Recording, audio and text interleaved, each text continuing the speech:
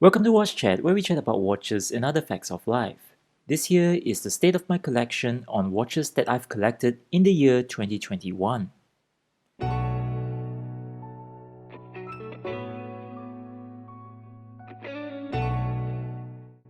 In year 2020, I've made a video on the watches I've acquired then. I was told that I had too many Seikos and needed to mix it up. If you've missed that video and would like to check out what I got in 2020, I'll put a link in the description below. This here is my 2021 newly added collection.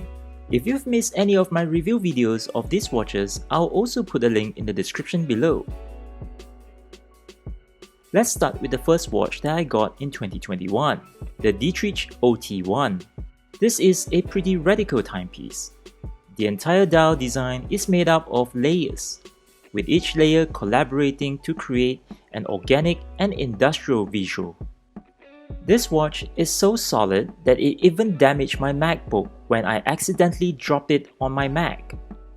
What's also unique about this watch is that you can change the strap without using any tools. This watch is so cool that I ended up having an OT3 as well. The Electrician Carbon Z was a birthday gift from a buddy of mine. There is a funny story behind this gift. My buddy bought this watch a year ago on the exact date on my birthday before we even met.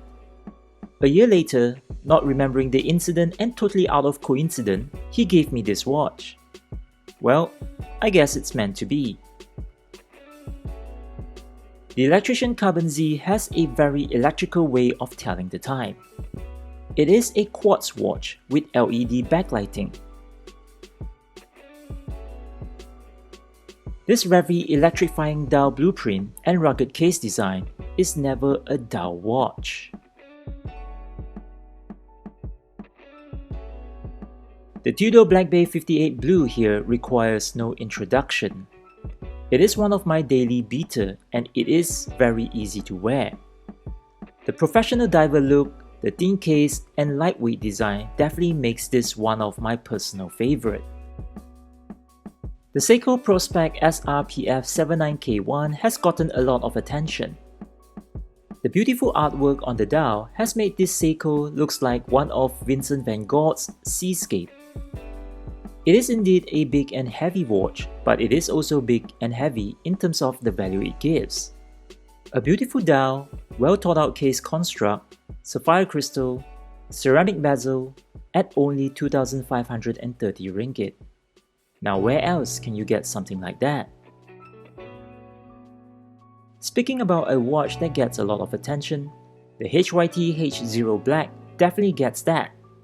HYT is probably the only watch brand that I know of that survived bankruptcy and is beginning their new life launching in January 2022. The H0 Black is probably one of HYT's more simpler design. However, I particularly like this H0 Black design because of its subtlety. The size and design are already pretty loud. The use of the green contrasting the black mellows down the loudness a little, making it less playful and a watch you can wear in almost any occasion. Of course, how can I forget about the fake Daytona that I've acquired and did a 3-part series on it? I've even torched it for your entertainment. Do check out all the 3-part videos that I've made for this one. You might like it. The Gorilla Fastback GT is a fun watch to wear. This is another gift from a buddy of mine and I'm loving the design cue here as it reminds me of Audemars Piguet's Royal Oak. Thanks to Octavia Garcia and Lucas Gold, the former designers of AP. The combined use of different materials such as carbon, aluminum and titanium really did wonders with this watch. The Jpn130R Navy is a chronograph watch that is powered by solar energy. Sharing the same design cues on the no-frill case shape and rubber strap of the HYT, this JPN is really lightweight and super comfortable, more comfortable than all the watches I have here on this table. Last and by no way the least, is this gorgeous Omega Seamaster Aqua Terra Worldtimer. A watch that looks more expensive than it is, a watch that catches the eyes of many, and a watch that serves more than just telling the time and date.